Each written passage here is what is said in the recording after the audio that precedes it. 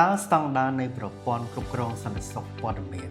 ISO IEC 27001 ផ្ដល់ផលប្រយោជន៍អ្វីខ្លះចំពោះស្ថាប័នការអនុវត្តក្របខ័ណ្ឌសន្តិសុខព័ត៌មានឬ Information Security Framework ដែលមាននៅក្នុងស្តង់ដារ ISO IEC 27001 ជួយដល់ស្ថាប័នរបស់យើងដូចជាទី1កាត់បន្ថយភាពងាយរងគ្រោះចំពោះការគំរាមកំហែងដែលកំពុងតែកើនឡើងនៃការវាយប្រហារតាម Cyber Attack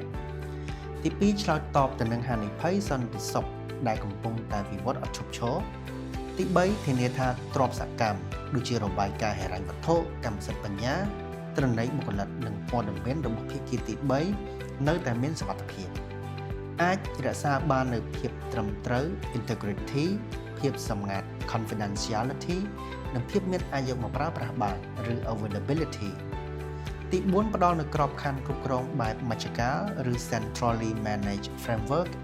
ដែលធានាសុវត្ថិភាពព័ត៌មានទាំងអស់នៅកន្លែងតែមួយ